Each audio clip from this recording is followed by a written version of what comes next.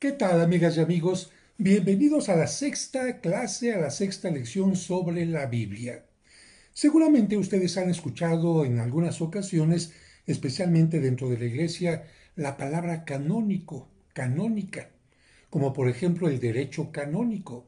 ¿De dónde viene la palabra canónico, que también da origen a la palabra deuterocanónicos? ¿Cuáles son los libros canónicos? ¿Cuáles son los libros deuterocanónicos de la Biblia? Precisamente de eso se trata esta lección. Una lección muy importante para entender la diferencia entre las Biblias católicas y las Biblias no católicas.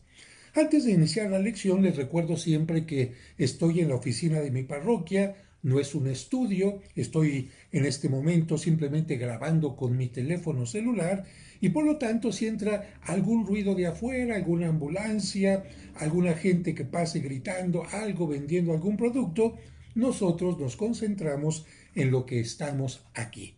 Así que bienvenidos nuevamente, gracias por su interés, gracias por formar parte de este grupo virtual y comenzamos. En la lección primera citamos sin detenernos a explicar la palabra canon. ¿Qué significa esta expresión y qué importancia tiene al hablar de la Biblia? Pues vamos a verlo. ¿Qué significa canon? Etimológicamente, la palabra canon viene del griego y correspondería en nuestra lengua a la expresión caña. Sí, una de estas cañas de azúcar, por ejemplo, sería un canon. Sin embargo, más allá de lo que físicamente es, tiene otro significado. En la literatura clásica, es decir, en los griegos y romanos, significa una vara recta que tenía por objeto sostener derecha alguna cosa. Así como cuando las señoras están viendo que su plantita o su árbol se está yendo chueco, le ponen una vara para que crezca derecha. Muy bien, muy pronto esta vara comenzó a servir para medir las cosas o hacerlas rectas y se le denominó regla. Fíjate, una caña, pues servía para qué? Para medir. Ay, no tenían todavía las reglas que tenemos ahora y entonces decían, necesito un pedazo de tela. ¿De qué tamaño? Pues, a ver, una, dos cañas. De dos cañas, por ejemplo. Así empezó a utilizarse. Y de esta doble significación, caña, regla, surgió su significado metafórico. Por lo tanto, canon será todo aquello que sirve de norma o regla para hacer algo. Así, por ejemplo, el canon de Policleto en la escultura. Bueno, y aquí te explico brevemente. Mira, en la escultura griega clásica, particularmente, se utilizó una forma en la que los escultores tenían que hacer una escultura perfecta. Y esta forma tuvo que ver con la cabeza. Un cuerpo perfecto, según algunos, tendría que ser 7 veces el tamaño de la cabeza. Otros dirían, no, 7,5 y otros hasta 8. Pero el canon, especialmente de Policleto, se utilizó la regla, la medida exacta para hacer un cuerpo perfecto. Pero vamos ahora a la literatura eclesiástica. La palabra canon fue empleada por los primeros padres de la Iglesia, los que sucedieron a los apóstoles, para significar la norma de fe y de verdad. Eso es lo canónico, la norma, lo correcto de fe y de verdad. En griego, o bien, canon tes pisteios kaites aleseias. Bueno, eso es en griego para los que le entienden un poquito a esto. Es decir, la doctrina enseñada por los apóstoles. Esto es el canon, lo derecho, lo correcto, la regla para no desviarse de lo que Cristo enseñó. Y como esta doctrina se manifiesta de modo especial en los concilios y en la Sagrada Escritura, de aquí que las definiciones de los concilios se llamaron desde el siglo IV cánones. Y los libros de la Escritura recibieron también el nombre de canónicos, y a su selección o catálogo se le designa con el nombre de canon de la Sagrada Escritura. Así que, por ejemplo, tú quieres ver las normas de la Iglesia, derecho canónico, canon número 1, canon número 2, canon número 3. ¿Quieres saber por qué a la enseñanza, a la doctrina de la Iglesia se le considera como cánones? ¿Por qué? porque no se desvía de aquello que Cristo enseñó y de lo que la tradición a lo largo del tiempo también nos va enseñando. En sentido propio se llama pues canon a una determinada lista o catálogo o selección de los libros sagrados que son recibidos como inspirados por Dios. Así que catálogo, lista o selección de los libros que son considerados inspirados por Dios. Esos son los libros canónicos. Hay padres que dijo usted que el derecho canónico es canónico. Sí, pero ese no es un libro que esté dentro de la Biblia. Los libros canónicos son aquellos que están dentro de la Biblia. Y solamente para que quede un poco más claro todavía esto del canon, en la música también se utiliza la palabra canon para una medida. Y seguramente el canon que tú más conoces es este de Martinillo, Martinillo, o en francés Frere Jacques, tu ebu, etc. Bueno, una vez que alguien ha empezado a cantar esto, alguien a la mitad empieza a cantar la misma regla. Y un poquito más adelante otro, y entonces se va escuchando un coro maravilloso. O el famoso canon de Pachelbel. ¿Te acuerdas? Este canto de ta ta ta ta ta ta ta ta ta ta ta ta ta ta ta. Bueno, eso es canon también en el punto de vista musical. Se pone una regla y esa regla va teniendo pequeñas variantes, pero se va repitiendo constantemente. Vamos ahora al siguiente punto, que es la división de los libros canónicos. Desde muy antiguo se ha considerado dos clases de libros canónicos, los protocanónicos y los deuterocanónicos. ¿Qué significa cada uno de estos nombres? Libros protocanónicos son aquellos de cuya inspiración divina nunca se ha dudado ni por la religión judía ni por la cristiana, sea de la denominación que sea, católica, protestante, ortodoxa. Así que los protocanónicos son aquellos de los que nunca se ha dudado la inspiración divina. Siguiente punto. Libros deuterocanónicos, fíjate la diferencia, protocanónicos, deuterocanónicos. Los deuterocanónicos son aquellos de cuya inspiración se dudó algún tiempo y se sigue dudando por alguna religión o culto particular.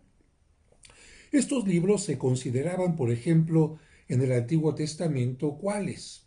Tobías, Judith, Sabiduría, Eclesiástico, Baruch, los dos libros de los Macabeos y algunos fragmentos, algunos pedacitos de los libros de Daniel y de Esther.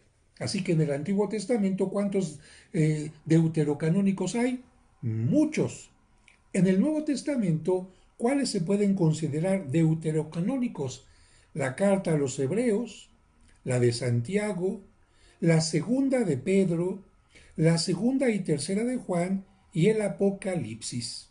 Así, algunos versículos de la Biblia también, concretamente del Evangelio de San Marcos, que serían el 16, 9, 20 y Lucas 22, 43 y Juan 8, 1, 11. De tal manera que estos libros no son admitidos por algunos grupos, por algunas personas, por llamarse precisamente deuterocanónicos. ¿Pero por qué se llaman deuterocanónicos? Vamos a ver un poquito. Como consecuencia de lo anterior, hay dos clases de cánones, el judío y el cristiano católico. A ver, ya dijimos que el canon son los libros inspirados. Muy bien, pero hay grupos que consideran unos libros inspirados y otros libros no inspirados. Por lo tanto, hay dos listas distintas. Dos listas en las que unos dicen yo considero que estos son y otros dicen yo considero que estos son. Así que las dos clases de cánones son el judío, canon judío, y el canon cristiano católico. ¿Y por qué digo cristiano católico? No católico nada más, porque recuérdate que también son cristianos los ortodoxos, también son cristianos los luteranos, los calvinistas, etcétera, aunque ellos no son católicos. Así que hay que entender que hay un canon judío y un canon cristiano católico. Vamos a hablar del canon judío. Este canon judío se subdividió en otros dos. Ah, caray, dos divisiones del canon judío. Bien, el canon palestinense, vendrá el nombre de dónde, de Palestina. Seguramente porque, ya idearás tú, es que seguramente lo hicieron las personas que vivían en Palestina o que tenían relación con Palestina. Bueno, ¿qué nos dice el libro? El canon palestinense es el que utilizaban los judíos que habitaban en Israel, en Palestina, el cual comprendía en tiempos de Cristo únicamente los libros protocanónicos, es decir, los judíos que en tiempo de Cristo vivían en Israel, en Palestina, aceptaban un canon, una lista únicamente de 39, de 39. Pero había otros judíos que vivían fuera de Palestina. Y estos, vamos a decir lo siguiente, el canon alejandrino era empleado por los judíos helénicos. Helénicos. ¿De dónde viene la palabra helénico, helénica? Bueno, tú recordarás que a una etapa de Grecia, especialmente ya la etapa final, se le llama la etapa helénica, mejor dicho. Bueno, por lo tanto, esto de la palabra helénica tiene que ver con aquellos lugares en donde los griegos tuvieron alguna incursión, influyeron, dejando no solamente el lenguaje, sino cierta cultura.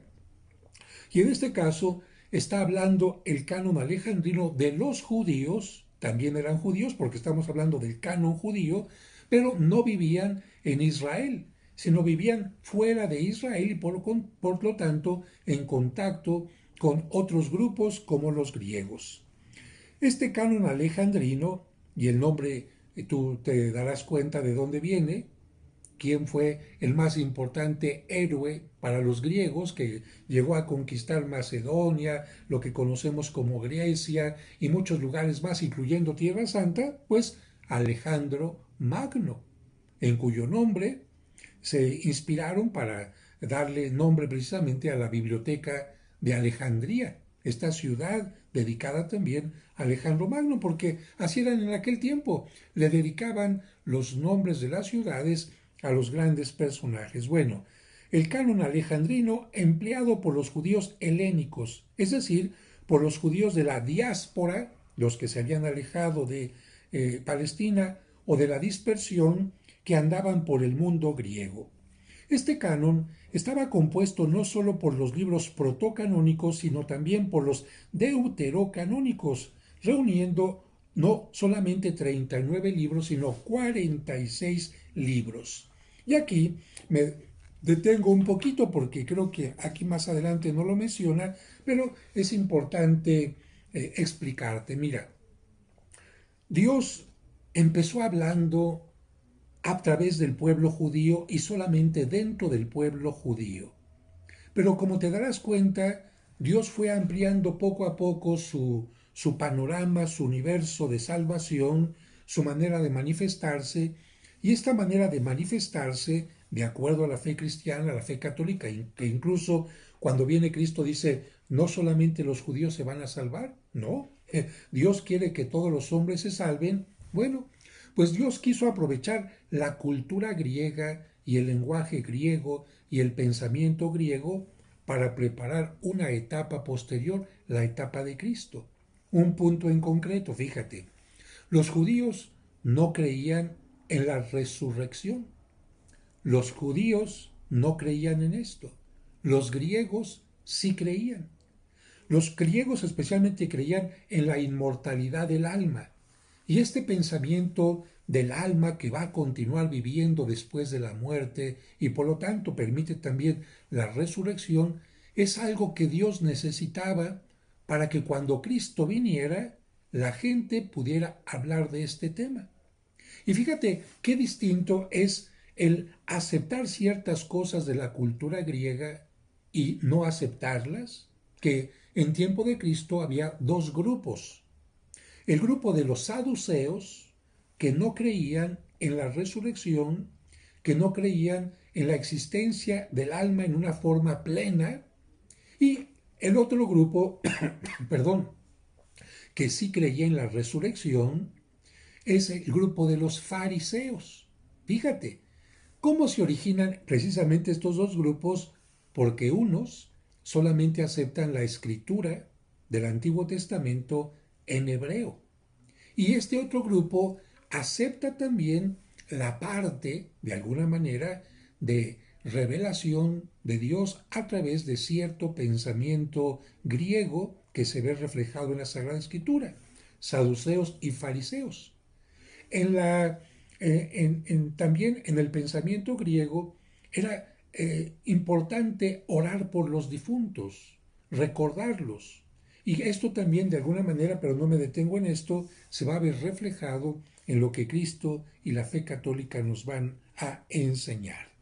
Bien, vamos ahora, ya hablamos del canon judío, canon palestinense y canon alejandrino, vamos ahora al canon cristiano católico.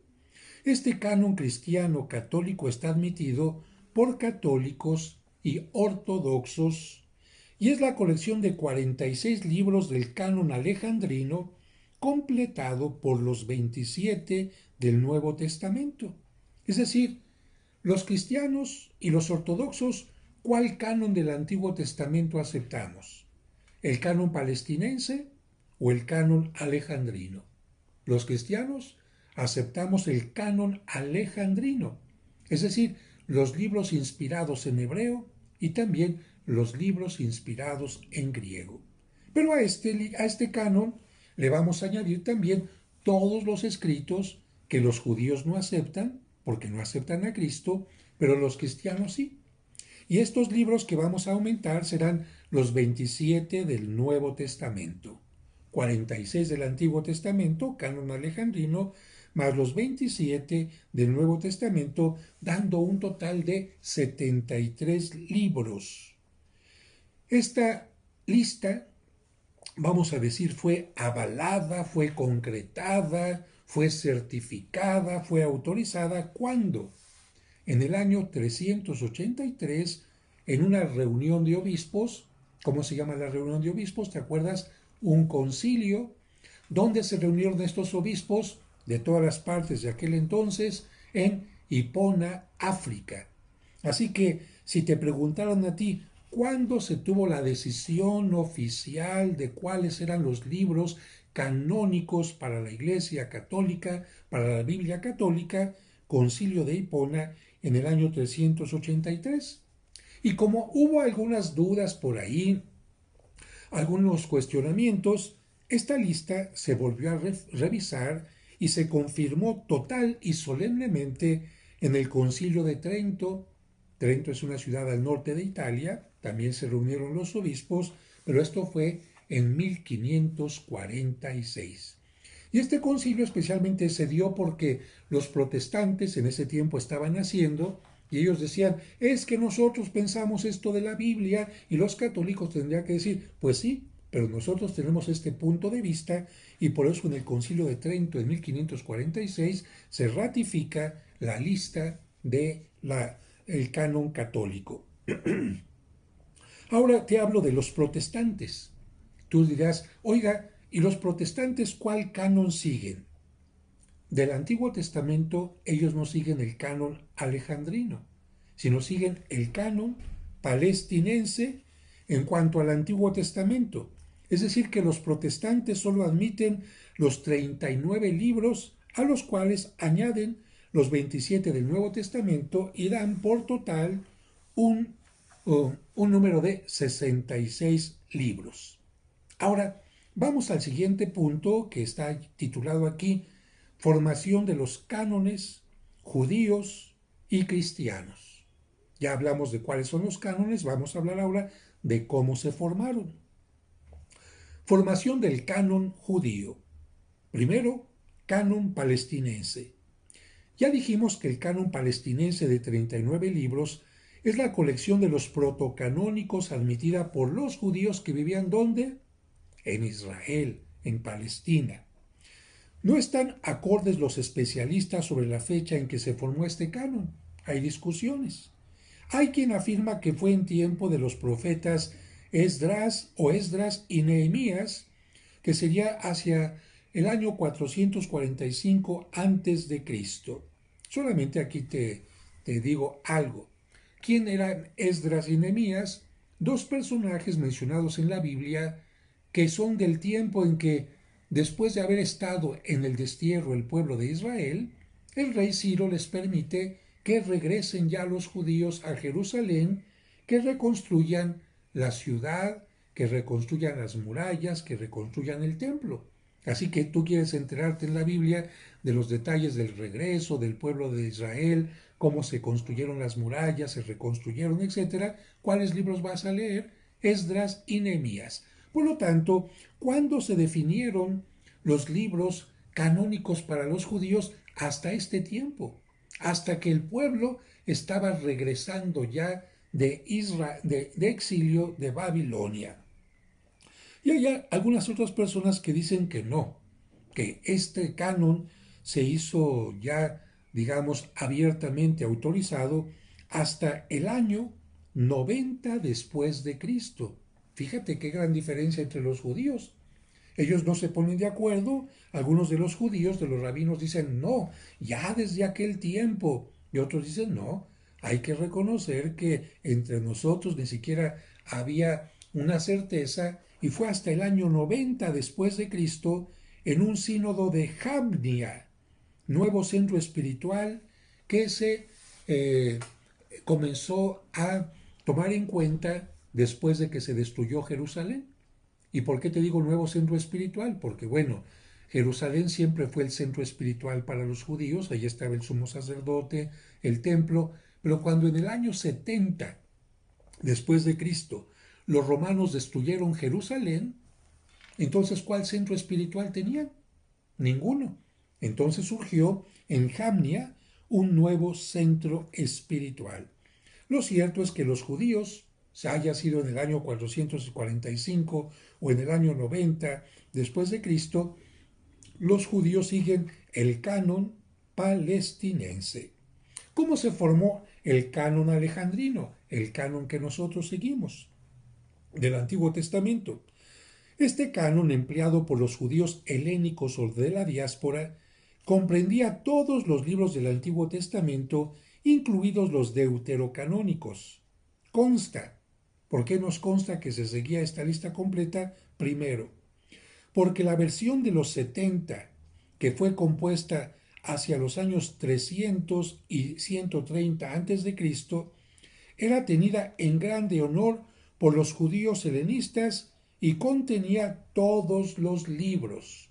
Quiere decir que cuando se hizo la colección de los 70 sabios que eligieron este canon, ya se tomaba en cuenta que cada uno de estos libros eran válidos, eran inspirados por Dios.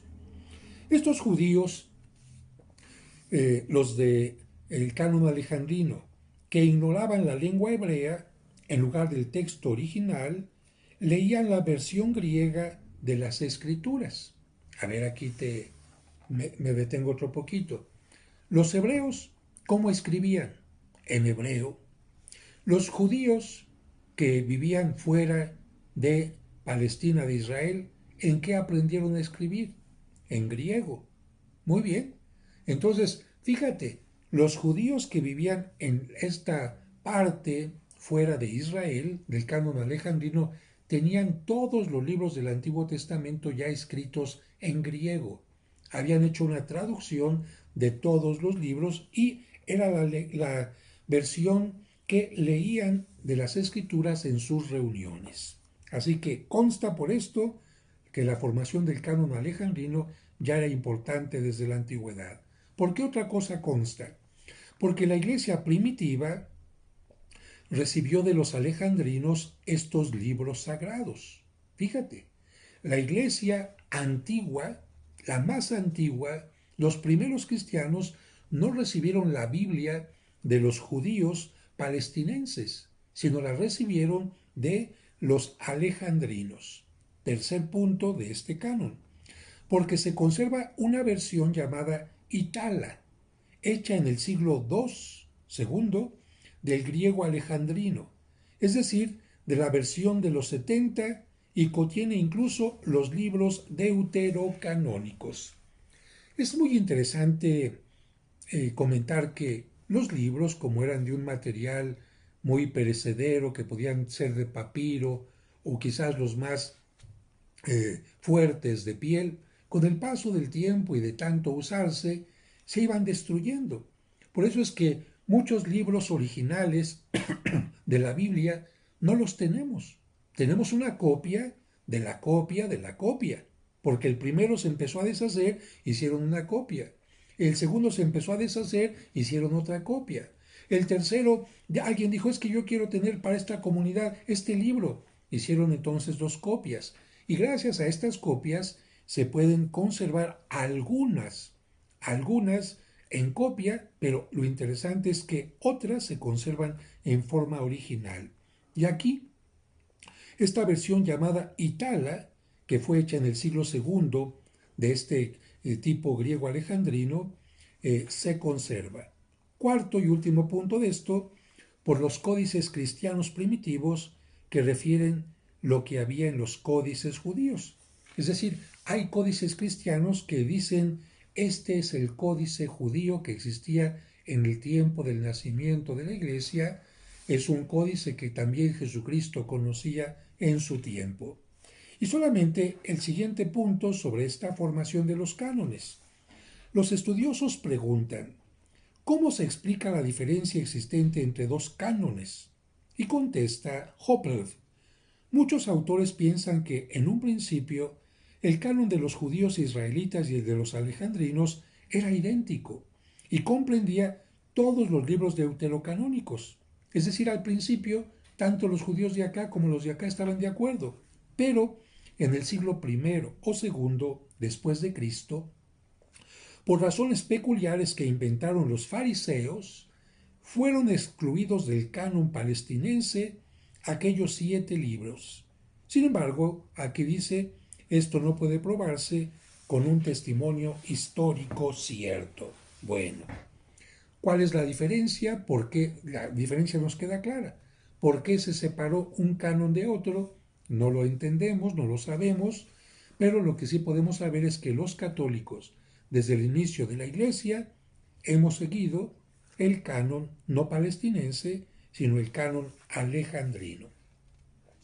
Vamos ahora ya al Nuevo Testamento. ¿Cómo se formó el canon cristiano católico?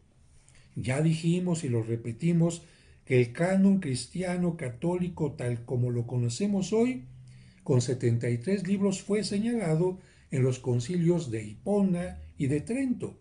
Pero hagamos un poco de historia. A. ¿Cuál fue el canon que usaron los primitivos cristianos?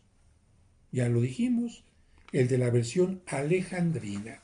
¿Y cómo lo sabemos? Primero, de que Cristo cita la Escritura según la versión de los 70, la cual contenía todos los libros sin discriminación.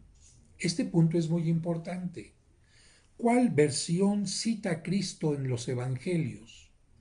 La versión de los 70. Acuérdate que se llama versión de los 70 a la versión que 70 judíos en un determinado tiempo utilizaron para hablar de la palabra de Dios. De las 37 veces que Cristo cita la Escritura, 33 corresponden al canon alejandrino, según los entendidos. Y más aún todavía, en el Nuevo Testamento se encuentran 350 citas del Antiguo, y de ellas 300 corresponden a la versión griega, a la versión del canon alejandrino.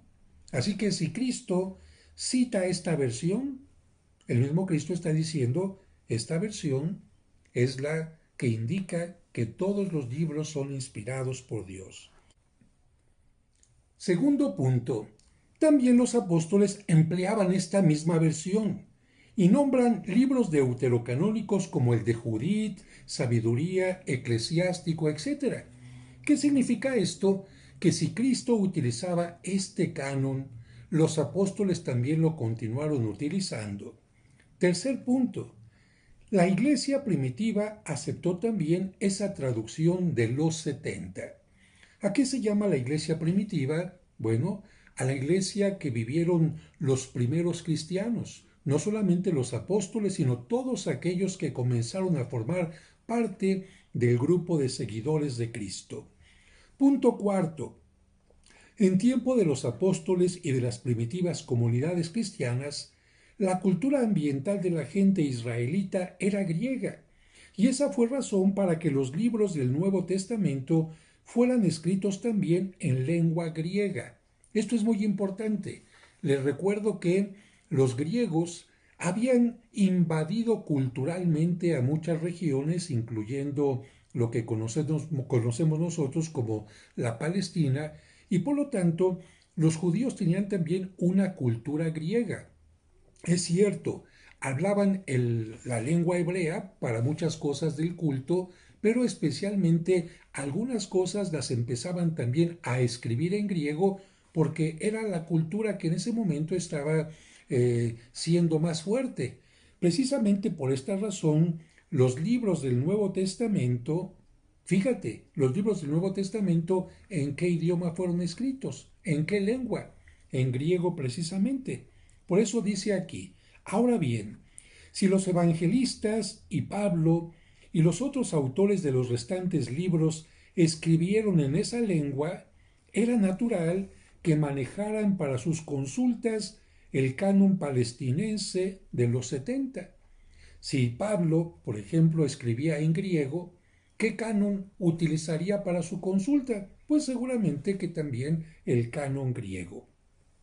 Quinto, ese mismo canon lo recibieron igualmente los primeros padres de la Iglesia. Ya les he dicho que los primeros padres de la Iglesia se refiere a todos los sacerdotes, obispos que continuaron la generación de los apóstoles. Y aquí menciona algunos grandes escritores que tú podrás encontrar en muchos libros. Por ejemplo, Clemente Romano, que vive en el año 96. Menciona el libro de la Didaché, que fue el primer libro de enseñanza de los apóstoles después de la Biblia, que se escribe entre el 90 y el año 100. Otro gran escritor, Ignacio de Antioquía. Te recordarás que Antioquía era la tercera ciudad más importante en aquel entonces, después de Roma, Alejandría en Egipto, y Antioquía sería la tercera ciudad. Ignacio de Antioquía vive en el año 107 aproximadamente. Otro libro de los primeros inicios del cristianismo, El Pastor de Hermes, que se escribe entre el año 140 y 155. Otro autor, Policarpo de Esmirna, que vive hacia el año 156. Ireneo hacia el 189. Tertuliano hacia el 225. Cipriano al 258 y otros más. ¿Qué te va diciendo esto? Cristo utiliza este canon, los apóstoles utilizan este canon, los seguidores de los apóstoles utilizan este canon, porque podría seguirte hablando de muchos nombres de esta etapa primitiva de la Iglesia y todos utilizan el canon alejandrino. Punto sexto, hay también un documento, un argumento arqueológico. ¿Qué es la arqueología? Bueno, esta ciencia que a través de objetos, a través de enterramientos, a través de murales que se van encontrando, puede descubrir evidencias de lo que se creía y lo que se pensaba en ese tiempo.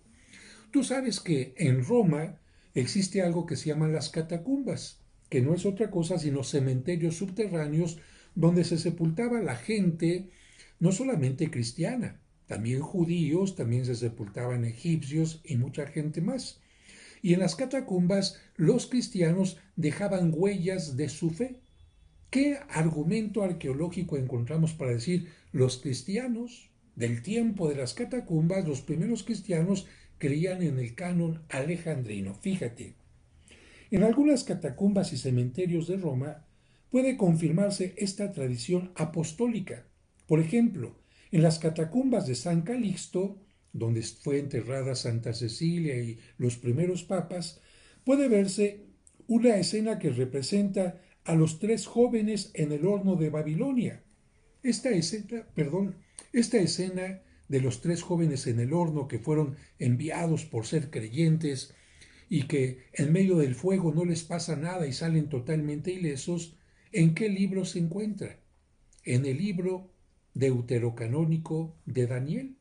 Así que si está esta escena en las catacumbas, ¿qué significa? Los cristianos de ese tiempo aceptaban el libro de Daniel como inspirado y por eso lo ponían como un elemento en la tumba de alguien, como para decir, si los jóvenes salieron ilesos del horno porque Dios los salvó, Dios me va a salvar de la muerte y va a llevarme a su presencia. En las catacumbas de Priscila se ve la historia de Susana, esta mujer que fue acusada por dos ancianos que querían abusar de ella, diciendo que la habían encontrado en adulterio, y lo que pasa es que estos ancianos se querían aprovechar de ella y ella no aceptó. ¿En qué libros se encuentra la historia de Susana? En la parte del libro de Daniel que es deuterocanónico, es decir, de los libros escritos en griego, del canon alejandrino, y también escenas del libro de Tobías. Tobías es otro libro deuterocanónico que forma parte del canon alejandrino. Así que si en las catacumbas encontramos nosotros estas pinturas, ¿qué significa? Los cristianos de ese tiempo utilizaban para manifestar su fe, ¿qué? Pinturas hablando del canon alejandrino. Casos como estos no se conciben si no se hubieran recibido esos libros deuterocanónicos como inspirados. Pasamos al séptimo punto, pero antes de hablarte de él, te hablo de San Jerónimo. ¿Quién fue San Jerónimo? El primer hombre, el primer cristiano que tradujo la Biblia al lenguaje popular. Y no es lo mismo el lenguaje popular que el lenguaje culto. Aquí te hablo de esto, mira. Lenguaje de los judíos, hebreo, los que vivían en Palestina. Lenguaje de la gente culta y por lo tanto algunos libros se escribían en qué lengua? En griego. Sin embargo, después de los griegos llegó un grupo mucho más importante que conquistó no solamente a nivel cultural, sino a nivel guerrero, todo el mundo conocido de aquel entonces. ¿A qué grupo era? Los romanos. Los romanos conquistaron también Tierra Santa, por supuesto, y por eso tenían que pagarle a la gente de aquel lugar, incluyendo a Cristo, un tributo al César, un impuesto al César. De tal manera que cuando el imperio romano fue conquistando estos lugares, la gente tenía que escuchar los ordenamientos, tenía que escuchar las instrucciones y ciertas leyes en el lenguaje que el imperio romano fue imponiendo. De tal manera que la gente tuvo que empezar a hablar e incluso a escribir algunos, muchos solamente lo hablaban, no sabían escribir, pero entendían perfectamente el lenguaje del imperio romano. ¿Cuál era el lenguaje del imperio romano? Como los romanos surgieron en una región que se llama el Lazio, bueno, el idioma que empezaron a utilizar se le llamó el latín, de la región de Lazio, latín. Así que el lenguaje latín empezó a ser el lenguaje popular de no solamente Palestina, no solamente la actual Italia, no solamente de la actual Francia, de Hispania o España, toda la gente de aquel lugar tenía que conocer, de aquellos lugares tenía que hablar el latín. Así que si alguien quería que la Biblia pudiera ser leída por toda la gente del imperio romano, ¿qué tenía que hacer? Traducirla al idioma, a la lengua del imperio romano. ¿Y cuál era la lengua del pueblo, todo el pueblo del imperio romano? El latín. ¿Cómo se dice pueblo en latín? Vulgo, el pueblo. Por eso actualmente la gente dice cuando algo es vulgar, se refiere a algo que es de nivel popular. Y por lo tanto, a la Biblia que traduce San Jerónimo del griego y del hebreo, se le va a llamar la Biblia Vulgata. De esta Biblia, fíjate bien, van a surgir muchas traducciones después a otros idiomas, pero la primera en latín, reconocida oficialmente por la Iglesia Católica, es la que tradujo este personaje llamado San Jerónimo. Bueno, séptimo punto. San Jerónimo, que es una autoridad en esta materia bíblica, al principio de la canonicidad de los libros deuterocanónicos. Es decir, San Jerónimo dijo, es que yo no estoy seguro de que estos libros realmente sean inspirados por Dios y que formen parte de la Sagrada Escritura. Pero luego, estudiando profundamente, reconoció que la Iglesia occidental estaba a favor de su canonicidad y se retracta de lo que había dudado hasta incluirlos en la traducción de su Biblia Vulgata. Si San Jerónimo hubiera dicho estos libros no forman parte de la Biblia, en su traducción no los hubiera incluido. ¿Qué es lo que hace San Jerónimo? Si los incluye en la Biblia que él traduce, está aceptando su originalidad. Y vamos ahora a cómo se formó el canon, la lista, la lista de los libros del Nuevo Testamento. Y podríamos decir que se formó gradualmente. A diferencia de los del Antiguo Testamento, porque acuérdate que los del Antiguo Testamento en una determinada fecha dijeron, estos son los que forman parte del canon. En cambio, los del Nuevo Testamento fueron siendo aceptados poco a poco, este sí, este dudo, etc. Los apóstoles, después de la ascensión del Señor, cumplieron su mandato de ir por todo el mundo predicando el Evangelio a todas las criaturas. Así lo menciona Marcos capítulo 16, versículo 19. ¿Qué hicieron los apóstoles? Predicaron, llevaron la palabra en forma oral, en forma verbal. No llevaron escritos, llevaron la forma oral. En ninguna parte consta que Jesús escribiera. Solamente lo hizo en la tierra para defender a la mujer adúltera. ¿Se acuerdan? Cuando llegaron a acusar a esta mujer adúltera, Jesucristo, para disimular un poco, para no poner atención en la gente, para no condenarlos directamente, porque también eran pecadores, se puso a escribir. Ni consta tampoco expresamente que les mandara a escribir a sus discípulos, pero sí consta que les dijo que no cesaran de anunciar la buena nueva a todas las gentes. Y así vemos cómo Pedro comenzó a predicar ante las multitudes congregadas en Jerusalén y al pueblo de Israel. ¿Se acuerdan? Después de que descendió el Espíritu Santo, Pedro empieza a predicar. Hechos capítulo 2, versículos del 14 al 42 y capítulo 3, versículo 12. Luego, predica también ¿quién? Esteban. Poco antes de que lo asesinen como el primer mártir cristiano, él en el capítulo 7 de los Hechos de los Apóstoles predica quién es Jesucristo. Después podemos encontrar en los Hechos de los Apóstoles predicando también a Juan. En el capítulo 8, 25, y también escuchamos a Pablo predicar ante un grupo y ante otro y otro en sus viajes misioneros. En todo este tiempo hubo solamente una predicación o una catequesis oral. Predicar, predicar, predicar. Hacia los años 50 de nuestra era cristiana comenzaron a aparecer los libros del Nuevo Testamento.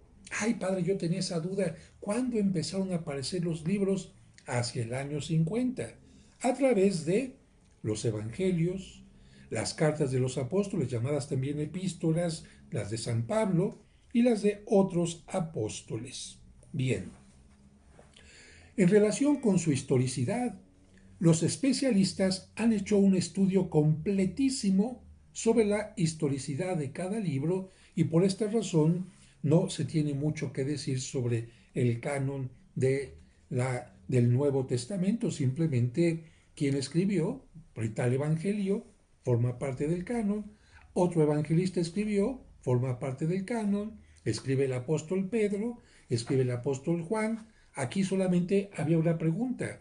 ¿Tenemos realmente la seriedad de que este escrito lo escribió San Pablo?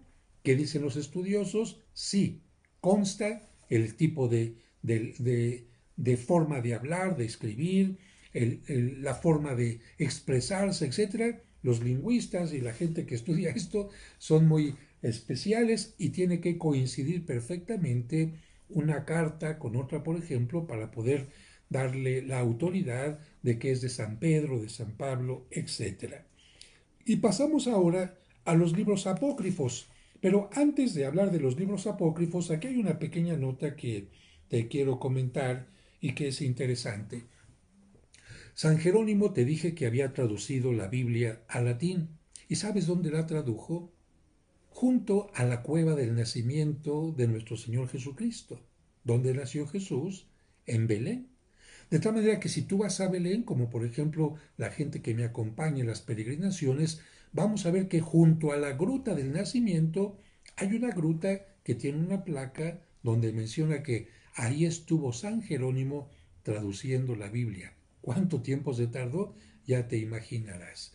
Y cuando murió San Jerónimo, precisamente él ya muere después de haber traducido la Sagrada Escritura y haber escrito otras cosas más, lo llevan a una basílica donde se conserva la reliquia del pesebre de nuestro Señor Jesucristo.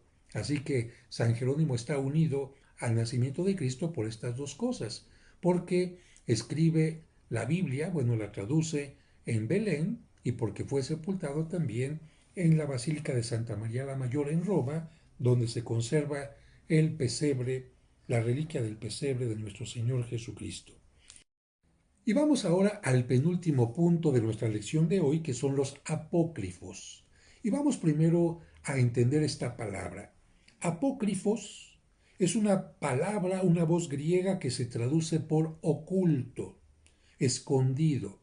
Por lo tanto, en sentido bíblico, algunos utilizan esta palabra para decir no forma parte del canon, es dudosa su procedencia, es dudoso el que haya sido realmente inspirado por Dios, y como está oculto su claridad, está oculto su origen, entonces le llamamos nosotros apócrifos. Sin embargo, algunas otras personas utilizan esta palabra para decir es que los libros de la Sagrada Escritura son claros en su mensaje. Y como los libros apócrifos están llenos de detallitos, de cositas que digamos que entorpecen la lectura, que le gustan mucho a la gente por los detalles, lo bonito, pero están ocultando el mensaje profundo, por esta razón también les llaman apócrifos. Y hay libros apócrifos del Antiguo Testamento y libros apócrifos también en el Nuevo Testamento. Vamos a este punto. Los escritos apócrifos del Antiguo Testamento, que casi siempre fueron llevados a cabo por los judíos, escritos por los judíos, se deben en parte al deseo de agregar a la ley judía nuevas tradiciones o exhortaciones morales y por otro lado al deseo de completar la historia bíblica. Así que los apócrifos del Antiguo Testamento, ¿cómo surgieron? Porque alguien dijo, ay, le voy a aumentar esto a la ley de Moisés o quiero aumentar esto a la historia que se cuenta ahí. Así surgieron. Los apócrifos del Nuevo Testamento fueron escritos por cristianos. Tenían que tener un conocimiento de Cristo, de los apóstoles, de la comunidad, etc. Pero casi siempre con el fin de satisfacer a los fieles. Ay, es que yo quisiera saber qué hizo Jesucristo de niño. Ah, yo quisiera saber esto acerca de la Virgen María y no está en la Biblia. Ah, yo quisiera saber. Tú sabes que la curiosidad de la gente, sobre todo en temas religiosos, es sumamente grande. Y la Sagrada Escritura no se anda con detalles como por ejemplo de qué color eran los ojos de Cristo, cuánto medía, qué comía, qué hizo la Virgen María cuando era niña. Son cosas que seguramente nos interesarían a todos saber, pero que como no son palabra de Dios, no son necesarias para nuestra salvación, no están en la Biblia. Y por lo tanto, si alguien tenía necesidad, deseo de conocer ciertas cosas, no falta el escritor que dice, pues yo las voy a escribir, pero no está inspirado por Dios, sino más bien está motivado por la curiosidad de la gente.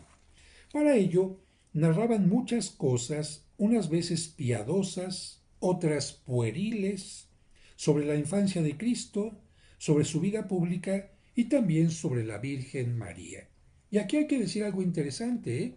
Algunas de las tradiciones que iban circulando oralmente entre las personas, ellos las tomaban, pero lamentablemente al mezclarlas con inventos y fantasías, pues les hacen perder a veces hasta cierta credibilidad.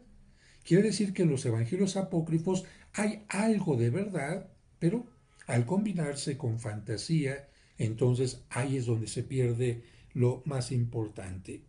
Estos libros pretendieron pasar como canónicos, pero la Iglesia nunca los recibió como tales, una vez que se comprobó que no se podían considerar como inspirados. A ver, ¿y cómo trataron de pasar como canónicos?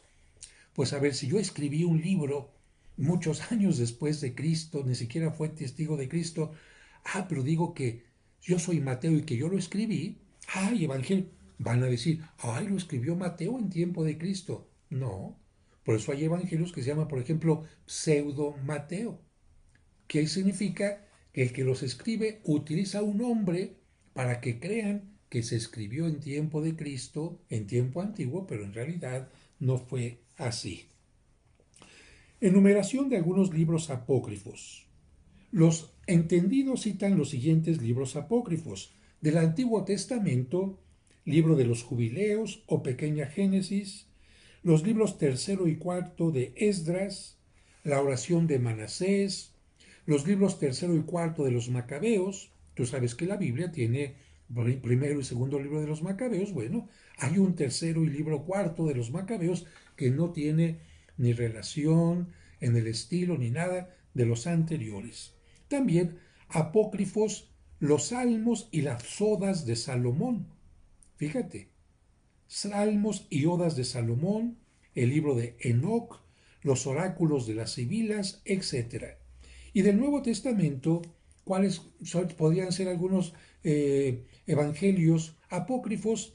El protoevangelio de Santiago, el tránsito de la Virgen María, las actas de Pablo, el Evangelio según los Hebreos, la carta de Jesucristo a Abgaro, etc. Y además de esto, hay unos libros que se consideran perdidos. Y este es el punto último de nuestra reflexión. ¿Es posible que se hayan perdido algunos libros sagrados que pudieran haberse incluido en el canon? Sí, es posible e incluso hay constancias de algunos. Como te mencioné en algún momento, los libros de la Sagrada Escritura pues se escribían en papiro, especialmente en algún material que era deleznable y se iba destruyendo.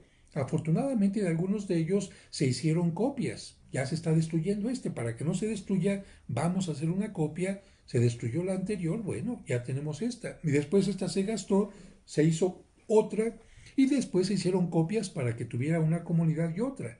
Pero lamentablemente, de algunos libros no se hicieron las copias suficientes. O bien, cuando estaba destruyéndose, no se hizo una copia. O bien también, durante el tiempo de las persecuciones religiosas, los perseguidores primero se iban contra las personas, pero después también se fueron a destruir los libros. Así que imagínate, quizás una comunidad tuviera un escrito inspirado por Dios, una carta de los apóstoles, y los perseguidores la destruyen, ya no había otra copia, ya no había copia y entonces se pudo haber perdido ese libro. ¿Qué es lo que nos dice aquí? En el Antiguo Testamento se enumeran libros de los cuales hoy no tenemos noticia.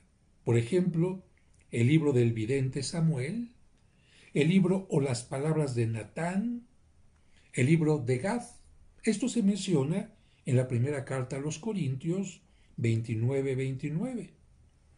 En el Nuevo Testamento, Pablo habla a los colosenses de una carta a la iglesia de Laodicea. Es decir, Pablo dice, yo envié una carta a la iglesia de Laodicea, Colosenses capítulo 4, versículo 16. Esta carta se perdió en el correo, no, simplemente no ha llegado a nosotros. Y lo mismo también menciona otra carta a los Corintios en primera carta a los Corintios capítulo 5, versículo 9. Así que simplemente en la Sagrada Escritura se mencionan textos que no han llegado a nosotros. Qué interesante sería que, como sucedió con los libros del Mar Muerto, apareciera de repente en el desierto, en algún lugar, un jarrón con estos libros ocultos, o se hiciera algún trabajo arqueológico y se encontrara bajo tierra alguno de estos libros. Sería increíble, pero por ahora nosotros no los tenemos. Y claro, si se encontrara esta carta, por ejemplo, de San Pablo a la iglesia de la Odisea, por supuesto que se tendría que incluir en la Sagrada Escritura porque el propio San Pablo está diciendo que esa carta fue inspirada por Dios y escrita de su puño y letra. Y una última cuestión. ¿Y si se hallaran hoy esos libros perdidos, habría que añadirlos al canon bíblico? Es lo que te estoy comentando. Posiblemente, siempre que se aclare que fueron realmente inspirados, como ocurría con seguridad con la carta citada de San Pablo a los laodicenses, y también siempre y cuando se demuestre que el material, el tipo de escritura es de aquel tiempo. Porque imagínate que de repente el padre José de Jesús se pone muy abusado y encuentra un cuero viejo o manda a hacer papiro. El papiro todavía lo hace. Y entonces pongo a escribir, yo, Pablo, lleno del amor de Dios, les quiero decir esto y aquello, y les quiero decir que, no sé, alguna ocurrencia que va en contra quizás incluso de la Sagrada Escritura o de nuestra cultura, que el aborto es permitido en tales casos, que es posible que los perros tengan alma y vayan al cielo, que, bueno, estoy diciendo quizás tonterías, pero bueno, imagínense que yo después presento esta carta y digo, miren, aquí está la carta que San Pablo dice. No, no, no, no basta que nos entregues algo escrito. Vamos también a analizar el material. No, ya vimos el papiro que nos estás entregando es del siglo XXI. La tinta que estás utilizando es una tinta de un bolígrafo. El tipo de letra que estás utilizando no es del tiempo de aquel y estás escribiendo en español, ni siquiera estás escribiendo en griego. Ah, ven, no es tan fácil simplemente decir esto, porque no falta gente así. Un ejemplo de estas cosas, se los voy a decir rápido, porque no me quiero alargar, es la famosa carta El secreto de Fátima. ¿Qué sucede con esto? Como Sor Lucía dijo, hay un secreto que yo no he entregado a nadie, el tercer secreto, alguien dijo, bueno, como Lucía no lo ha dicho, pues yo lo voy a inventar y voy a decir que se va a oscurecer el mundo y que hay que tener una vela en la casa y que va a pasar esto y que va a pasar lo otro. Sor Lucía estaba encerrada y no podía decir que eso que estaban escribiendo era falso.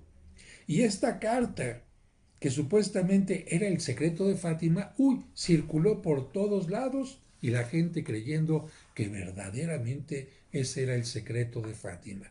Bueno, como pueden ver, todo esto es delicado. Y termina con esto la lección de hoy. Para cualquier otro libro inspirado, supuestamente, hay que tener muy en cuenta que la revelación y la inspiración bíblica se cerraron con la muerte del último apóstol directo de Cristo, es decir, San Juan, ocurrida hacia el año 105 de nuestra era. Concluimos con esto. Bueno, Padre, ¿hasta cuándo se puede decir que hubo inspiración bíblica? Hasta cuando muere el último de los apóstoles. Con eso se considera cerrado el momento de inspiración y la necesidad de recibir algún escrito para que la palabra de Dios de Cristo pueda extenderse y podamos entender y obtener de ella lo necesario para nuestra salvación. Así que si alguien dijo después, a mí me inspiró Dios para escribir esto, pues posiblemente habría que comprobarlo, pero eso no formará parte de la Sagrada Escritura como la conocemos hasta el día de hoy. Espero que esta clase les haya ayudado a entender más cosas. Seguiremos avanzando. Si hay dudas, acuérdense que seguimos avanzando. Pónganle like si les gustó, compártanlo y nos vemos en la siguiente lección. Que Dios les bendiga.